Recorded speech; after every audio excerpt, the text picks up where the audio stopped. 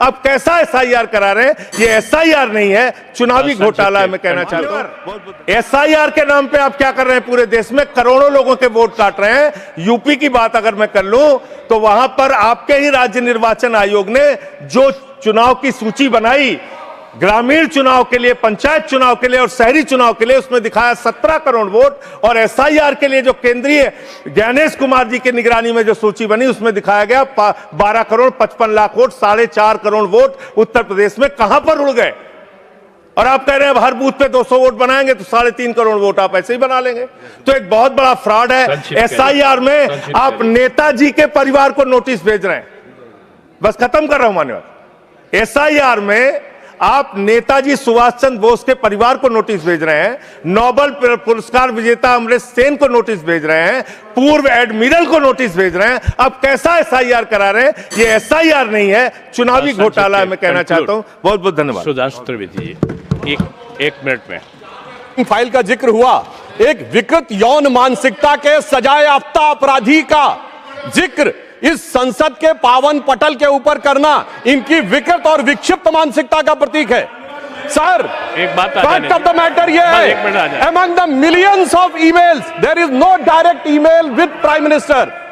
Sir, no direct message, no direct phone call. मैंने पहले कहा है कि अगर कोई चीज तथ्य के परत नहीं है तो उसको यहाँ रिकॉर्ड नहीं सर, मैं अपनी बात बस 2 वाक्यों में समाप्त करना चाहता हूं। ना कोई ईमेल है, ना कोई मैसेज है, ना कोई फोन कॉल है, और उसके बाद निराधार अनलगर आरोप के ऊपर एक सजाए याफ्ता अपराधी का नाम लेकर यहां पे बोलना यह बहुत ही निंदनीय है और इनकी विकृत मानसिकता का प्रतीक है।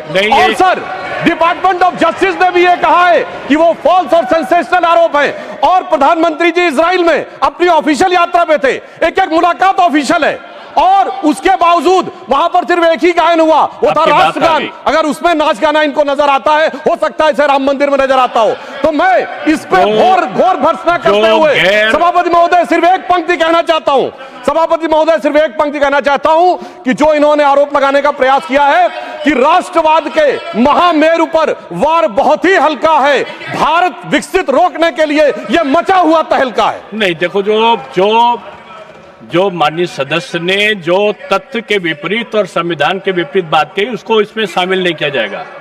ये जवाब सवाल नहीं है, आपकी बात आ गई।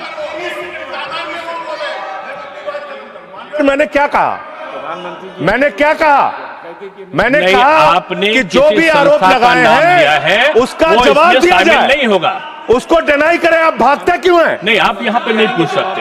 चलिए, next Shri Subhash Chandra Bose, 9 minutes. Thank you.